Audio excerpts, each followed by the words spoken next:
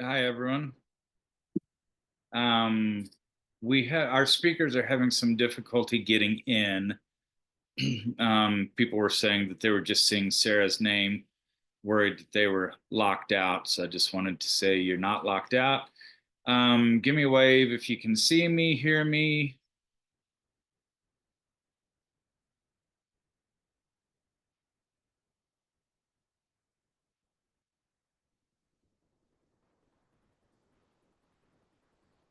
Does anyone see my pretty mug? Okay, there we go. No, just my ugly mug. Okay. So we have an issue if our presenters can't get in. I'm going to again hide the video for just a second and go to my email and forward something to one of the speakers. Be right back.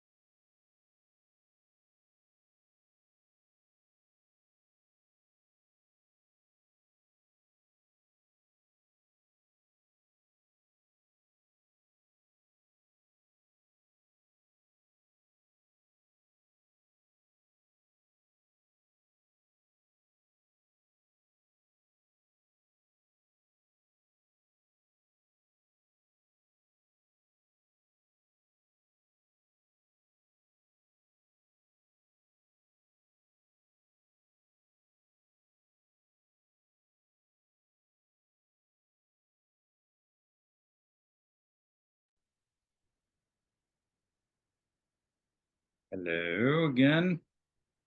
Okay, we're trying to get our presenters in, which this is a problem if we can't get them in.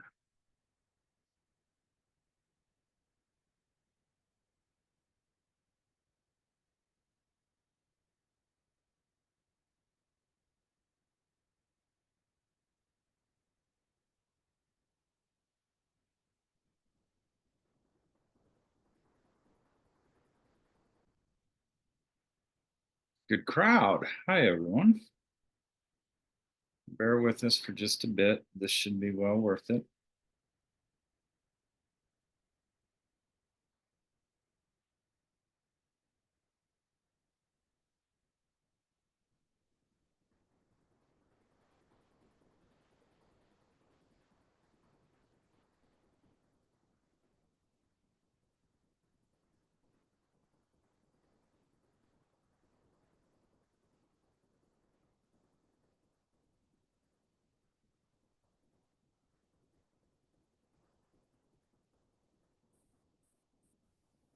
So, by the way, if some of you are new to Zoom, there's a chat function, and so talk among yourselves, introduce yourselves to each other. Um, okay, so I see some of you was asking for a password, but you eventually did get in. All right.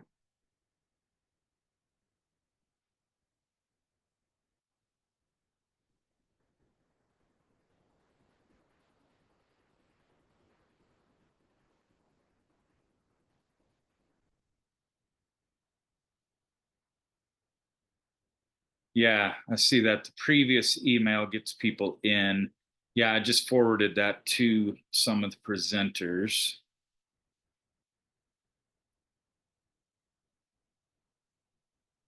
Okay. Kellen, I see you're here. Do you know if Michael's in?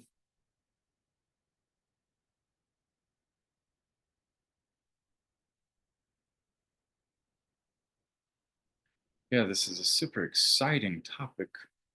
We need to make sure we get our presenters here.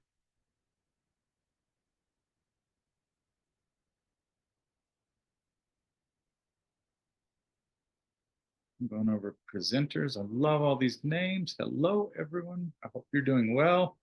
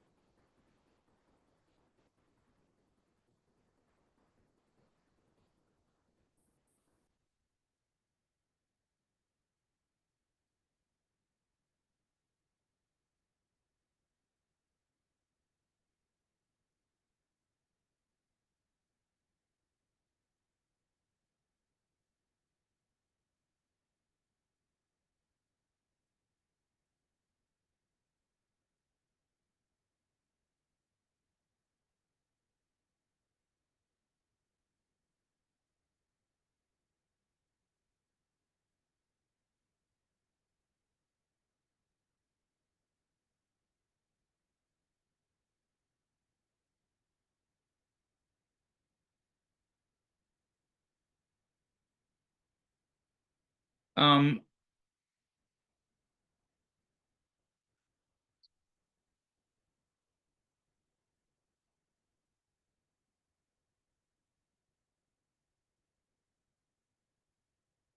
okay.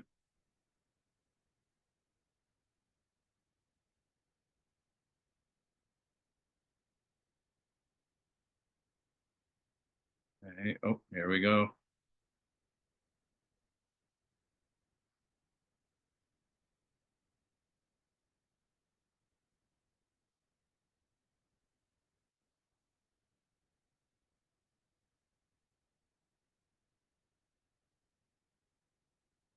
Think I'm figuring this out.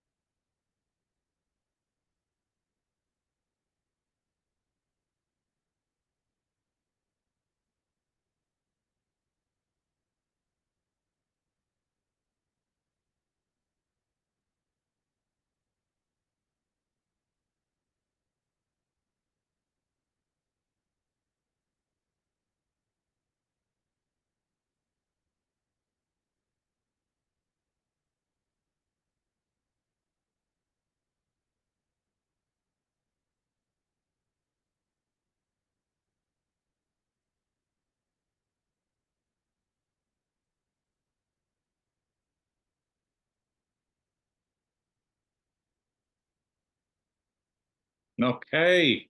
Oh my gosh. We have people in. Okay. This is awesome.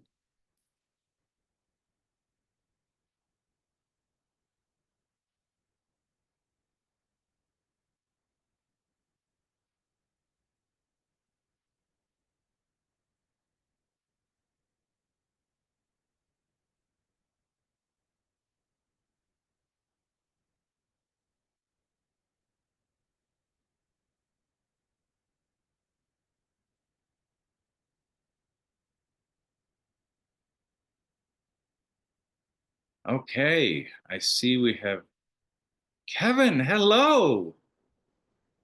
Hello, hello.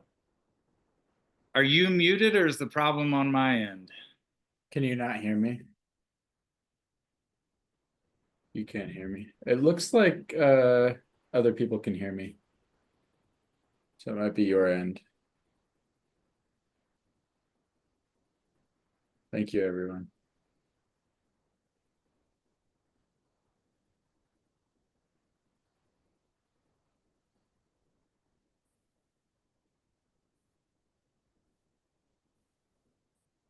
Ugh.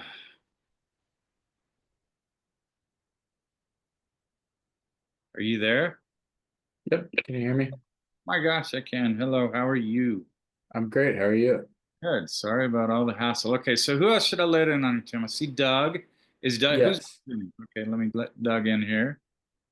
Yep, Doug and I think Giselle. Okay.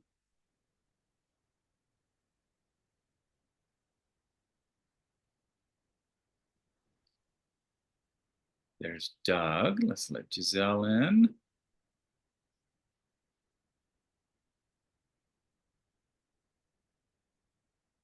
Oh my gosh, the gang's all here.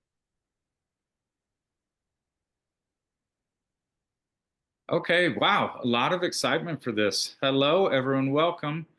Okay, Kevin, we talked. I see you. Hello, Giselle. How are you? Hello, nice to meet you. Yes. And Doug, you're there. Yep, I'm here. Okay, I don't see an ability to turn my video on. that's weird. Seems like in bottom left of your screen, your video, it doesn't have the I X. only have I only have audio. I'm not sure if I needed to join as a panelist. Go on settings. Let me give that a try. I'll let you all carry on. Okay, everyone, welcome. This is great attendance. Very excited for this. Let's start with the hometown team. We're going to hear from the University of Utah, and then we're going to hear from Harvard School of Divinity and Brigham and Women's out in Boston. Kevin, let me just turn it over to you, and if you don't mind introducing yourself and your team, and then rolling right into it. And Yeah, since there are three of you, I'll let you go ahead and monitor the chats. And then sure. there's also a Q&A button if people want to do that. And I'll just let you folks run the show from here. Oh, nice. That's great. Wonderful. Well, yeah, we're started a little bit late, so hopefully we'll stay on the briefer side of things, but thank you so much for having us. My name is Kevin Byrne. I'm a psychiatrist, a physician at the University of Utah, and a researcher. And I do research specifically on psychedelics in the realm of mental health. I've been doing that for about 6 years. I have interacted with some folks in and around TDA, including showing up to one of the Sunday meetings a few weeks ago so that I could sort of let folks know about this study that we're primarily here to discuss today. But if you haven't met us yet, then it's good to be here with you all. I have two members of my team who are psychiatry residents at the University of Utah, Giselle and Doug, who have come along with me, and they've prepared just a short PowerPoint slide to essentially inform you all about this study that we're doing, which involves more or less asking some questionnaire questions to folks before and after using psychedelics. And I'm gonna let them present that PowerPoint and then hang out and we'll ask questions after that's done. Giselle and Doug, do you have the ability to share your screen and do that PowerPoint? Give me just one sec. I'm going to leave. Steve, if you could ask me back in when I come back in, I'll try to join as a panelist. And yes, fully prepared. Okay. Doug is gonna join as a panelist. Meanwhile, I'm going to try from my Okay. end. Okay, cool. I see the Q&A thing. I'm not sure exactly how that goes, but throughout the little presentation, I encourage everybody to ask questions about this study if you have them so that we can answer them, or if you have questions just about sort of the overall picture of psychedelic research at the University of Utah. Hopefully we'll have a few minutes to answer those types of questions as well.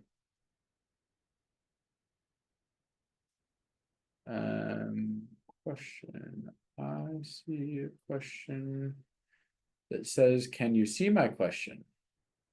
Mike Elliott, I can see the question that says, can you see my question? If there's another one, I'm not sure I see the first one.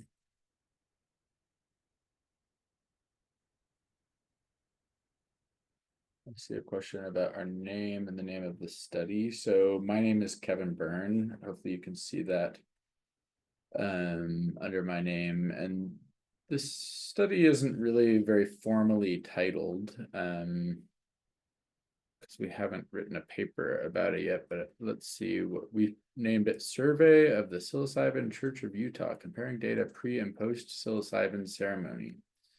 That's the name of the study. Looks like we have Doug. Do you have your screen sharing ability? Yeah. Is that all right to go ahead, Steve? Yep. Okay. Thanks everyone for your time. Sorry about the technical difficulties. Let me just pull this up and we'll give you a little bit of information. Yeah, let me interrupt. That was on my end. That was not on you. No matter how many years we use Zoom, it does not get more simple, only more complex. You know, I used to teach at the medical school, did Zoom twice a week, and I haven't done it for like 2-3 years. I've completely forgotten how. I'm like nervous as a fighter pilot on this. Let me see if I can get this going. Let's see. Can everyone see that? Yes. Yes. It's not full screen yet, but I can see it.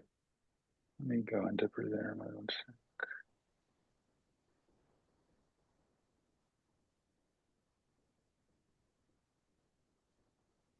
Okay, are we good there? Yep. Looks All great. right, so this won't take too long. Appreciate everyone being here and your attention on this. Like Kevin said, I'm Doug Cerudis. Giselle's also in the crowd. I'm not sure if she introduced herself. We're both PGY2 psychiatry residents at the University of Utah. We're working with Kevin or Dr. Byrne, as well as a couple other lead psychiatrists and researchers to see what we can learn and find out from some of the activities that you all take part in.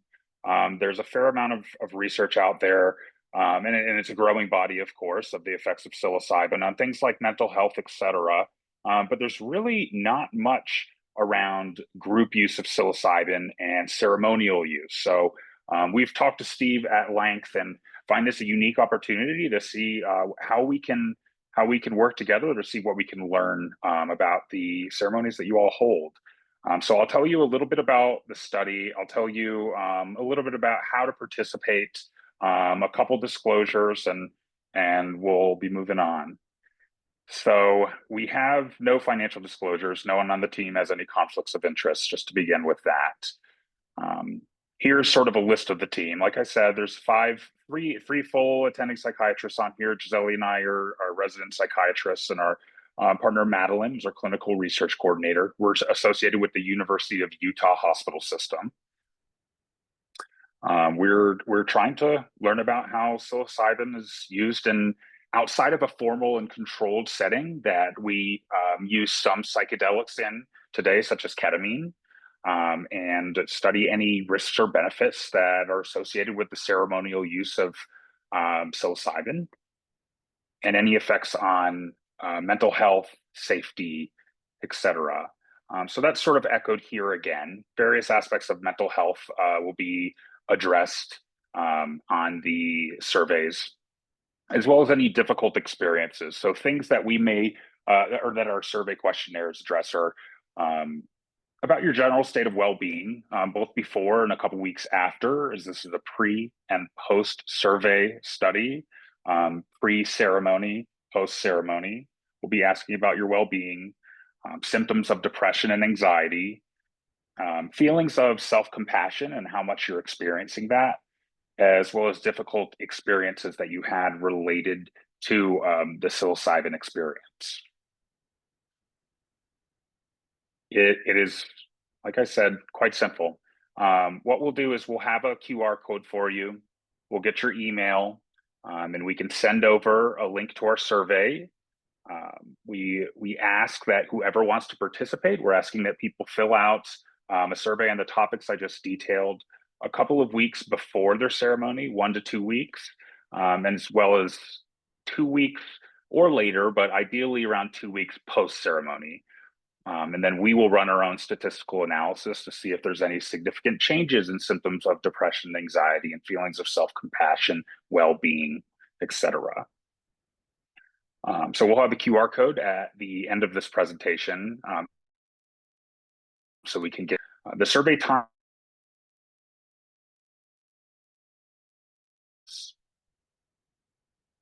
And anyone who's English speaking, 21 years or older, and a member of the Divine Assembly can participate, so long as the psilocybin ceremony is a church mediated psilocybin ceremony. There was a couple of questions that Kevin let me know last time he spoke with you all, so I wanted to make sure we include them here about confidentiality. So I'll start with the second bullet. Our data will be collected and stored in a secure platform very commonly used for scientific research called REDCap. It houses the questionnaires and the results. The only identifiable information that we ask of participants is an email address, so that we'll be able to distribute the survey and the post survey and have them linked to one another in our sort of database. And it's okay to use a sham email address. I think that question came up last time, and it was in response to, or the question was about, well, what if there's a data breach? And we say, well, this is REDCap. It's a secure platform. It's extremely common to use when collecting sensitive, personalized, even identifiable information. And we can't virtually guarantee no risk of data breach. However, we'll do everything in our power to make sure that that information is kept confidential. But nonetheless, if you're uncomfortable with it, a sham email address or one that you just make up for this one-time use is just fine. A couple disclaimers, just to let you all know how we are involved and how we are not. We won't be involved in the procurement, distribution, or dosing of any psilocybin involved in the ceremonies. We actually won't be involved in the ceremonies at all. We are just collecting data before and after and analyze if there are any changes. Participation is unpaid. It's also voluntary, and it's much appreciated.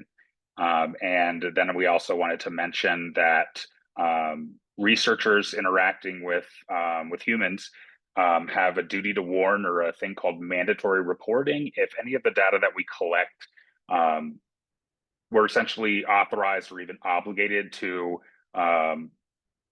turn it over to the appropriate agencies if someone is at imminent risk of harming themselves or others. So that's really it. Are there any questions that we can address? I'm going to show you this slide afterwards, so we'll have the QR code up. But I'm happy and the team to field anything that you might be thinking. We'd really appreciate your involvement. It's a big opportunity to learn about psilocybin in an entirely new context that really no one is studying at this point. And it'd be a great opportunity to contribute to science about something that you care about. So we'll take any questions. Thank you, I would Doug. remind everyone, put your questions, the Q&A button down at the bottom of your screen. Yep. Type in your question there. And I've seen a couple of questions, which I might just jump in and start answering. One of the questions is about, and this one seems important, can you describe what constitutes a church-mediated ceremony? And I'll say that that is not really specifically defined, but what we're interested in is psilocybin use that has some association with or connection to an intentional group like TDA. It doesn't have to be anything in particular, but if somebody was using psychedelics in a totally separate way, maybe in a way that was not intentional, not spiritual, not connected at all to TDA, then it might not be something that would be appropriate for this questionnaire. We're sort of interested in, yeah, things that are at least loosely connected to this group. Let's see, there's a question about when psilocybin might get FDA approved if research goes well. That is unknown. It depends on the FDA approval process, which is notoriously difficult to predict, as evidenced by MDMA, which was widely believed to be on track for FDA approval this past summer, but then was actually turned down by the FDA. And I would add that our current political situation seems like it's probably made that harder to predict. I've heard people throw around the idea that in the next, say, 2 years, it's possible there is a phase 3 trial going on right now, which is like that last bar to clear for psilocybin approval. And that's through Compass Pathways that's trying to get that approval through, but we don't know. There are great questions here in the chat. Does the ceremony need to be multiple people together, or does this apply to a solo journey? Solo journeys are welcome. Yep. Yeah, solo journeys are welcome. A link instead of the QR code. Yeah, we can definitely pull up a link for you. I can work on doing that here in a moment and put it in the chat. And I'd encourage folks to sort of try to get a hold of either the QR code or the link and save it for later in case you want to look at it in the future. Another great one, given the likely broad spectrum of dosage and frequency, how do you filter for meaningful insights? Well, we're not really trying to filter for meaningful insights. So that's a great question. But what we're basically trying to do is what's termed a naturalistic study. And part of what that is that we're not controlling how much anybody's using or what the scenario is. We're not really involved in those decisions. We're mostly asking the question, when people actually do this out in the actual real world, outside of the confines of a hospital, what happens? And so we're sort of open-minded to what that looks like. Are there many psilocybin or psychedelic studies that have jumped the walls of the laboratory like you're attempting to do here? No, there's not a lot. It's notoriously difficult because the place that scientists have access to for doing this sort of research is inside of their own institutions in controlled settings. And you know, recreational use out in the world with psychedelics has been historically, and also spiritual use that's been above ground or underground. It's just been hard to access for researchers. So that's part of why this is an interesting study, is that it may sort of shine a light into an area of psychedelic use and answer some questions that haven't been looked at very closely in the past. Very good. Let me know when we need to stop to give others room in the meeting, Steve, because I see more questions rolling in. I can try to answer some more by typing in the Q&A section, if we want to let the others take over the sort of presentation space. Yeah, I was going to ask if you wouldn't mind maybe responding to some in the Q&A, and then also maybe watch the chat. There's some good ones there. Yeah, I'd encourage people to try to copy their questions into the Q&A, because there's a little bit more of a structure there where other folks will be able to follow what the question was and what the answer was. So I could try to do both, but if you want your question answered, it'll probably work a little bit better inside of the Q&A thing. Perfect. And let me just release you from having to respond to every question in the Q&A. Sure. You know, you're doing what you're doing, and just answer questions. Apologies to people who have answered questions that don't get addressed, but you know, just stick to the ones that really pertain to what you're doing. There are Mhm. broader ones, and Yep. yeah, you don't need to be the expert of anything, everything having to do with psychedelics and the politics thereof. I appreciate that. Well, thank you all for your attention again, and thanks Doug and Giselle for the presentation. And I'll stick around and answer some questions by text. Yay, so fun. And yeah, I think what I'd like to do, Kevin, Giselle, Doug, if you're still on when Michael wraps up, I might loop you back in, and maybe Okay. you have a bit of a shotgun panel here, lightning Okay. panel, what you call it. Okay, thank you. So lovely to have the hometown team repping on this. I think it's just very important. So Godspeed on the work, and we have exactly 100 participants on this right now. Get that link and let's jump in. Tell your friends. Let's give them some great data. I know you guys are out there doing ceremonies, so it doesn't take too much to convert that into some useful data, and that's pretty cool. Okay, well, I'm going to get y'all off the screen for now. I'm going to promote Michael here, and again, thank you so much. This is so cool having you here. I love it. So thank you, thank you, Thank you for having us. thank you. Okay, so let me. Michael, you should be on. Hello, Michael, and I'll get the rest of you off so you don't have to sit there awkwardly. Michael, I'm letting everyone introduce themselves. So, welcome. So good to see you. Thank you. It's so good to be here. Yeah. And I'm going to introduce one part of you. You're back in Boston and Harvard, but we're talking to Utah here. So, welcome. That's right. Yeah. Welcome digitally back home. Thank you. Thank you. Yeah, my husband and I were the first same-sex couple married in the state, and we're very proud to pump Utah up every time we get a chance.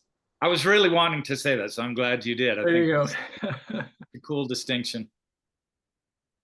Awesome. Well, let me go ahead and jump right in. I've got some slides. That was such an exciting presentation. I'm really hoping, Kevin, Giselle, Doug, your team, that we can trade notes. You'll see in my presentation, there's a lot of commonality here. So as was said, I do research in neurospirituality. And in fact, I direct a research group. It's a laboratory that's called the Neurospirituality Lab. And we focus on the role of the human brain in spiritual behaviors and experiences. And our goal is to translate the scientific knowledge that we obtain through our research into insights for medicine, for health, and for well-being. We could geek out so long about personal backgrounds and histories. Really briefly, I did the whole thing with being an Eagle Scout and going to BYU and doing a mission and working in the temple and trying to be straight. And so there's a lot that I'm sure we could resonate with autobiographically. What went wrong? You were such a good boy. I know what went wrong. What went wrong? It was the mushrooms. It had to be the mushrooms. So here's the thing: is that I have an academic relationship with spirituality and religion, and it's drawn support both from the divinity school as well as from the medical school. And so at the medical school, I'm an instructor in neurology, and I'm a research neuroscientist. And at the divinity school, I was a lecturer on neurospirituality and also a research associate on religion. So neurospirituality is really putting these two fields into conversation with each other so they can learn in a dynamic way back and forth. That it is human spirituality being studied with neuroscience, but more and more we're actually seeing that spirituality has insights from world wisdom traditions. That, I've got my Upanishads with me right here, and there's a lot that you can recognize in the Upanishads that you can recognize in other types of sets and settings. Okay, all of that is to say, I think spirituality can teach us things about the brain, as well as the brain teaching us things about our human spirituality. I'm really excited to say that there are a growing number of scientists who share this enthusiasm and are doing this type of research. We have a free symposium coming up this month. Anyone is welcome to check it out, register. It's going to be a hybrid event, so you can join through Zoom.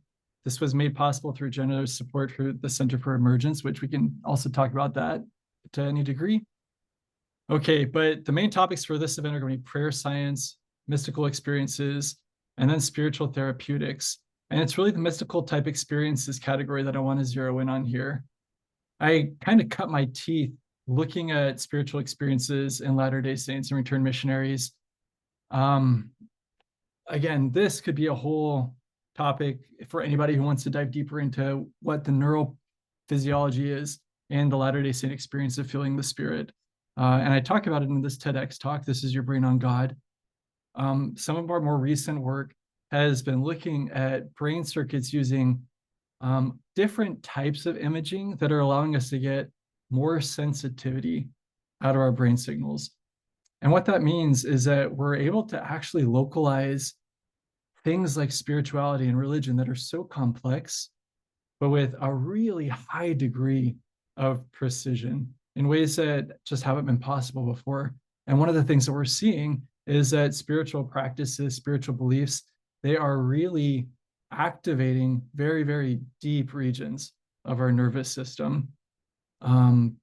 Our more recent work was looking at fundamentalism. Again, just kind of, if any of these sound interesting to you, make a note, and I'd be super happy to share these articles or to talk more about any of these topics. Okay, but right now, we're here to talk about mushrooms and about mystical type experiences. So I was really honored to be featured with the TDA in this article about how people are experimenting with mushrooms and having a spiritual awakening that surprises them. And so this is one of the call-out quotes from my part of the article, where we do see within world spiritual traditions, there are these recurring motifs. You know, people who are esteemed mystics in, different epochs of time, different independent cultural streams of development. They talk about these unitive experiences. They talk about feelings of profound insight. And so one of the things that's very fascinating to us is that the work we're doing right now to map mystical type experiences is showing common brain patterns with a clinical condition called blind sight. So in a nutshell, blind sight is where individuals, they don't have any visual perception. They are not consciously aware of any sensory input. And yet they actually do have some degree of unconscious awareness about their environment. So they're able to navigate their environment, respond correctly to question prompts about details in their environment. So the fact that we're seeing mysticism in our brain mapping and blind sight displaying common patterns is really provocative to us, because it gives us this idea that maybe mystical type experiences really are activating systems where unconscious knowing is able to come together and to enter into the behavioral planning. Okay, the other thing that we're seeing in the negative direction, the strongest opposite brain pattern with the signatures for mystical experiences or with criminal behavior. This has so many implications, not the least being the possibilities for some kind of a therapeutic justice mindset rather than a putative justice mindset with regard to spirituality, with regard to things that can reliably facilitate mystical type experiences. Okay, so the bottom line for my research team is we really are interested in the spirituality and in what's happening when people are going into altered states of consciousness and experiencing things that are difficult to put into typical language.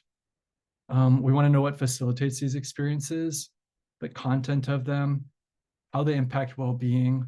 And as you can see, other questions such as what makes them more likely to occur, what makes them more likely to be positive or to generate insight. And then how are these variables associated with specific psychedelics?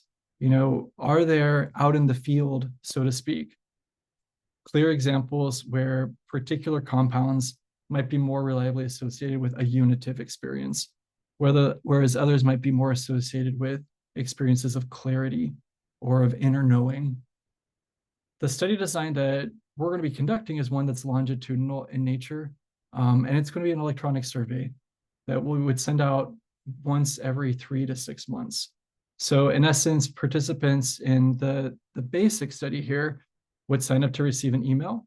They'd get the email about every quarter, and it would have a list of questions with regard to any mystical experiences or spiritual experiences that you had during the previous 3 to 6 months. We'll also be asking some standard validated self-report measures about well-being, things like sleep, feelings of loneliness. As was mentioned before, REDCap is a system that is highly secure. So in addition to the precautions that we would take with de-identification to maintain anonymity of research participants, we would also be using the state of the science systems to secure our data as well. Further down the road, we would be interested not only in doing observational work, where we're, again, just sending out emails, checking in, seeing like, hey, how is your mysticism and spirituality the past 3 to 6 months? And can we ask you some questions about it? But down the road, moving into actual intervention work. So, self-compassion was brought up before. There's a lot of really burgeoning research demonstrating positive effects on a lot of different levels when we're able to speak to ourselves with a coaching voice as opposed to a critic voice. And so the degree to which something like self-compassion training might prime the experiences that individuals are having with psilocybin would be of interest to us. Okay. And then in future directions, we definitely want to look at contemplative prayer. So as many traditions as we can responsibly represent, whether that's pagan, Christian, your own tradition, any other world tradition, indigenous tradition, etc.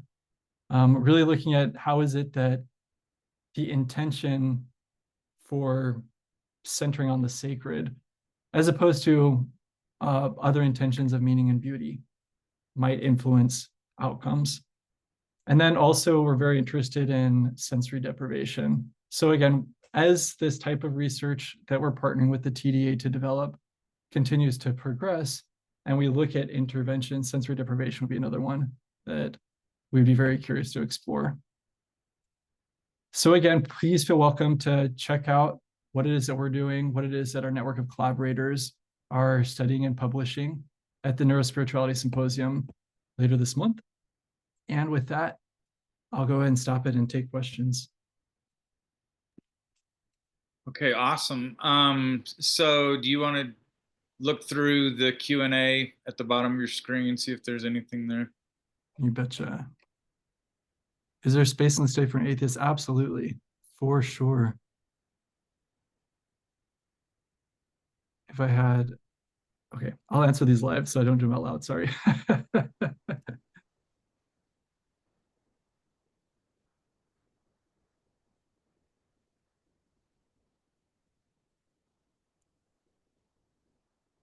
Do you want me to do some of these out loud, Steve? Yeah, please. Okay. So then someone asks, if I had a spiritual practice that afforded insight, like what I've gotten from psilocybin, would there be another link I could use that's heavy on the neurospirituality side?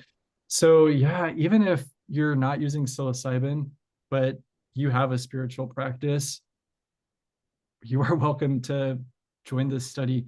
Again, like really, we're interested in the mystical experience and the spiritual experience, even more than the psilocybin.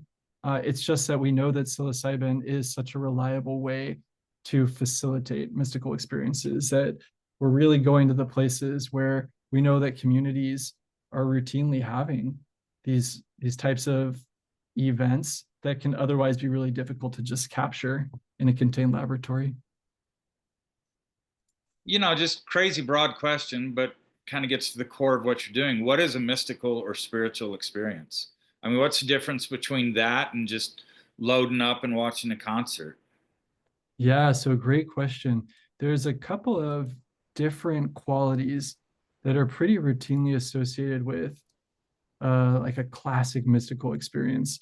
And some of those, for example, are this sense of, people talk about ego dissolution.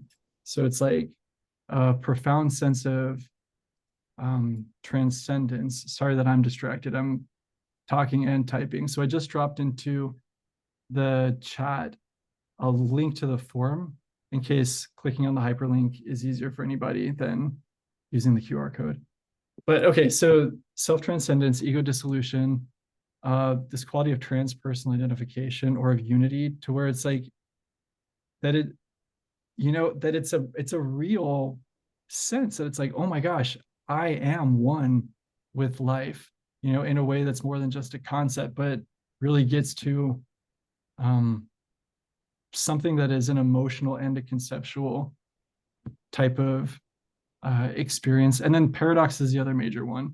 So that there are things that can be completely opposing. So for example, one that's, used in kind of Zen thought patterns is wisdom tells me I am nothing, love tells me I am everything. And so then, going back and forth between the paradox of how can you simultaneously be everything and nothing. So mystical experiences are typical when paradox comes into play as well. So then we can get super geeky.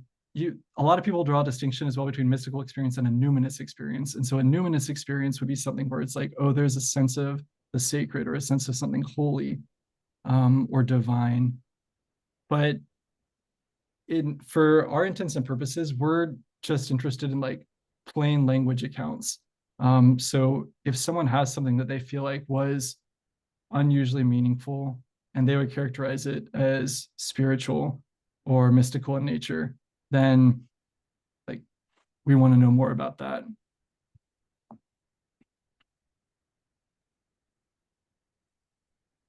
Alrighty here. So what while you're picking out of questions, I will point out to everyone that Doug put in the chat at 7:48 p.m. a link to where that QR code takes you for the U study, just so everyone's aware of that. Cool. And then Sarah asks, what are the end results you are looking to achieve? I guide at least one group journey a month. I would like to know if you're looking to find people that come back to ceremony multiple times or first-time users. So all of the above. I would say that if there's an end result that we're looking to achieve, it would be to like crack the code on how can you reliably have an enlightenment experience. I mean, no small project there. So I mean, in terms of like an end result, it would be like, how do we crack the code on this thing that mystics across cultures have been talking about, some kind of realization that helps you navigate and be in the world with bliss and with generosity. And as was mentioned before, the research that is being done in the laboratories, it's important for it to be incremental. It's important for it to be very slow. But what's happening out again in the wild outside of the walls of the laboratory is naturally throwing in so many more variables and exploring so many more combinations at such a higher rate than what can be done in the laboratory setting, that if I were to place my bets on like, where is someone going to crack the code, as it were, that we're not necessarily going to see that coming from the laboratory setting, as important as that is in providing us scientific knowledge and understanding. So yes, first time, multiple time, it really is learning about what are people's experiences and what was it that facilitated those experiences at any stage of their journeys.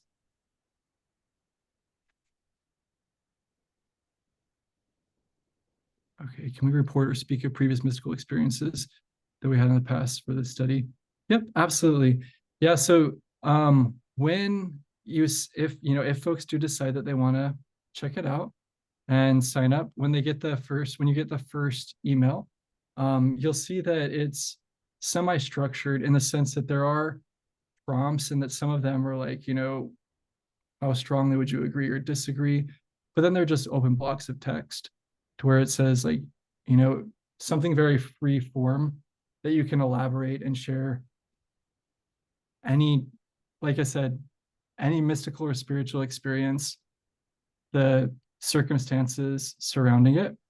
And when we ultimately do the analysis, we will be taking into account what's called chronicity. So in other words, the time between when the event happened versus when the reporting happened. So you don't need to worry about like, oh, I can only share things that happened within a certain window. Like as long as you're able to kind of pin, here's the year approximately when this experience happened, then we would way rather have you. There's no way that you can overshare. I'll put it that way. How does that affect the data, Michael? I mean, I'll have an experience, and if I report on it somewhat contemporaneously, it's one thing.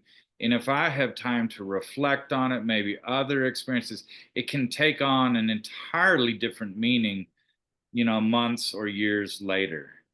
Absolutely.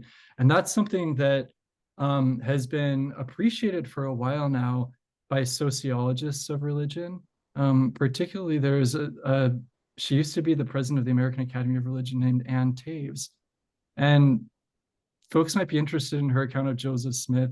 She wrestles with Joseph Smith with that phenomenon that you're talking about the ways in which recounting past experiences has a way of like reframing them depending on your life context.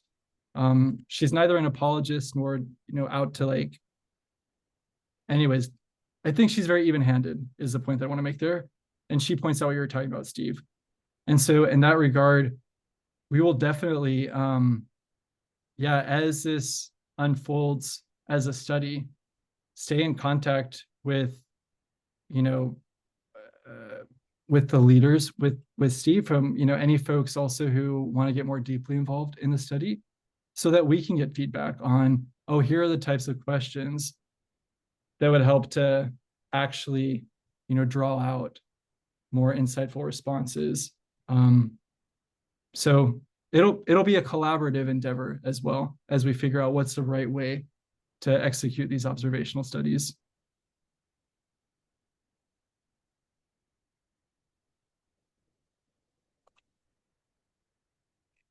Okay.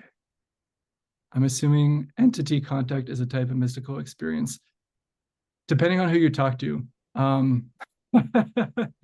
Because again, some people get like really particular about like a numinous versus a mystical. But absolutely, it's an entity contact experience would be something that we would very much be interested in hearing about. Not sure if this was asked, but will these be anonymous? Will participants be asked to share any personal info? So great question. Participants will not be asked to share any personal info, and they will be reminded as well that the survey is anonymous, and that if they're writing their responses with personally identifying information, that they might just want to be aware and sensitive about that. Who is funding these studies? So this particular study is being conducted with generous support for the Center for Emergence. And so Steve, do you want to, I don't know the degree you want to talk about Center for Emergence? I see Evan on here. Let me see if he will accept an invitation to be a panelist. Cool picture there, Evan. Can you hear me? Yep. Hey, Evan. Just give me a second. Hope you weren't eating a ham sandwich or something, choking. I'm in the library, so I had to step out. So we are a licensed 501c3. It's 3 people working on it. Steve is one of the leadership. And we're just really interested in ideas like spiritual therapeutics. I'm really interested how spirituality can relate to trauma, and there's not that much research on it. So that's just a curiosity of mine, and I think there's a lot of research opportunities for stuff like this is useful. Psychedelics as well as breath work. Michael's spiritual therapeutics idea is something that I really believe in. And so we've been working with him. I think it's incredibly valuable for the space, the psychedelic space, the psychedelic church space. So right now, really focused on just advancing our understanding of that. We're doing a lot of time learning about breath work, and I think it's a really good adjunct to psychedelics. So it's pretty open-ended, but just trying to make stuff like this succeed.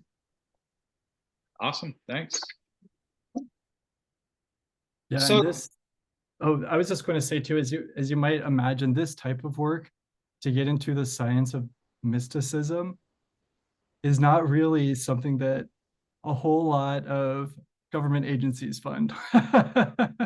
So like it really is something that is supported by the generosity of folks like Evan Center for Emergence, and just so appreciative of making this possible. Thank you. yeah, good job there, Evan. So yeah, let me field one thing, and then we're probably going to wrap this up a bit. So if you have questions for Michael, go ahead and throw those in the Q&A, and he can maybe look at this while I'm talking. Some of you asked about you're looking for ceremonies, and you're saying, when does TDA hold a ceremony? How do I participate in that? I'll speak to that.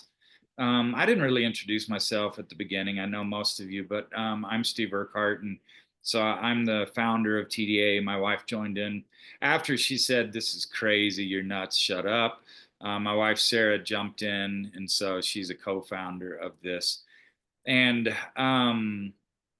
you know, what we decided early on, coming out of the tradition we came out of, is we think religion is great in terms of community, but beyond that, religion can be fraught when there's dogma and hierarchy, because we approach religion and we drop our guard, right? We suspend a lot of our common sense, and things that clearly are problematic or traumatic, or because it's religion, whether it's psychedelic religion or traditional religion, we just let it pass. We accept it because, well, someone must know what they're doing, and we're herd animals. We don't want to stand against the herd. So we just accept things that are unacceptable. And so we were thinking, okay, coming out of the tradition we came out of, we do not want to create anything close to that.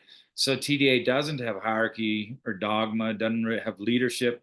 It is DIY religion. It has one tenet, which is each individual can commune with the divine and receive guidance. And that being the tenet, there are no intermediaries. You don't need anyone to stand. We don't need anyone to stand between us and the divine, right? We can all have firsthand experiences and basically found our own religion. We can draft the contours of our beliefs and practices, put it in a creed, and that is our scripture. That becomes our commandments. So we each get to craft our own religion. And so accordingly, we do not provide ceremonies, because again, that is just a profoundly fraught environment, right? Come in here, we'll tell you how to act, we'll tell you what to do. And we did that at first, and man, I just hated it. And I know some people on here, God bless you, were here from the very first ceremony, and that just wasn't safe. Now, I know a lot of psychedelic religions do it. I don't, sorry, this is my blunt analysis. I don't believe in it. I think it can never be safe to say, bring in and we'll have this group tell you what to do. And so anytime in a religion where this group is controlling others, saying, here's how you do it, this is what you need to do, as herd animals, none of us are going to really feel safe, stand up and say, that just seems freaking weird, that seems unsafe. And so, you know, I kind of like here in Divine Assembly, because we're not all doing the same thing, we're not chanting all the same things. We you know, we have the ability to step up and just say, this is bunk, we shouldn't be doing it, stop. So anyway, we don't have ceremonies, we don't offer them. We do offer set and helping people get legally, you know, some protections, get in the right place, but we don't offer setting. You go out using your judgment, you set up how you want to have the ceremony with the people, ideally, that you know, so it's organically, you're going to keep each other safe. So I just wanted to throw that in. And if anyone has thoughts and comments on that, please feel free to put them in the comments. Um, okay, Michael, did I lose you? Nope. Okay. Uh, Do you see no, any I'm here. questions there that you want to answer here at the end? Yeah, I was just checking out some of the other questions here. I love the energy and the enthusiasm. Yeah, what a good group. Yeah, blessings to all. My gosh, this is fantastic. Yeah, so the question, one of the questions, this is from Dean. So with cracking the code of mystical experiences in DMT, so there's a question about brain imaging during DMT. So a couple of things here. One, it is so hard. It is so hard to get regulatory approval to administer psychedelics in the first place. And then on top of that, to do it inside of a scanner. So I don't mean to be such a, I want to be a Debbie Downer. I want to be a Debbie Downer for just a couple of minutes here. That would be an awesome study. So I will validate that. That would be an awesome study. The limitations of regulation are crushing.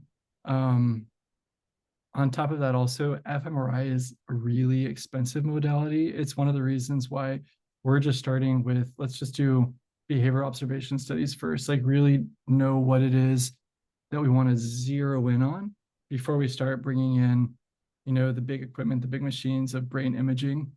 And so to do something like that, like an fMRI study, like you do need a substantial amount of funding. And so like, that's where, again, like getting NIH resources to support DMT research, like this is one of the reasons why you've seen things like, the various organizations that have created nonprofits to advocate for psilocybin or for MDMA to try to fundraise specifically around these particular compounds. Again, because unfortunately, it's a lot more than just what one lab could bootstrap and do on their own.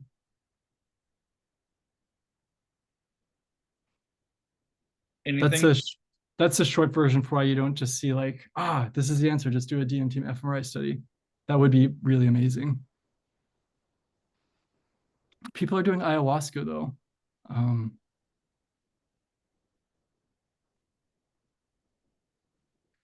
So Michael, maybe give us a wrap and then yeah, we'll just sign off with that. Before you do, I just want to say thank you to everyone. Let me go back a little on the founding of TDA. And a lot of you know this story. My entire life, I've just felt absolutely alone in this universe. And part of my journey has been seeing reality more clearly, seeing that I don't see reality clearly, figuring out, I think this is a me problem, getting into therapy, learning that I'm borderline. And so that just made so much sense because that's what borderline means is you just feel absolutely alone. And your soul got into dialectical behavioral therapy. We do this through TDA, DBT with friends, which I think is just about the most important thing we do. But this was kind of a call out to the universe. I know other people out there feel alone too. Do y'all want to hang out? And so it's so cool that so many people do want to hang out. And it's funny because I think that was the call. Oh my good heavens, we've attracted so many neurospices. Come, any of you who haven't been to Revival, it's up in Eden, uh, end of June. It's so much fun. It's just nerd con, all these people who want to connect, and it's lovely. And so, Michael, I want to include you in that. I just love the people that we get to interact and meet with. And you were an absolutely extraordinary, beautiful human being, and just so grateful that TDA gets to be graced by your presence and participation. So thank you for being you and doing what you do. Well, that's such a blessing. I received that. Thank you. And thanks for letting me be part of what you're doing here.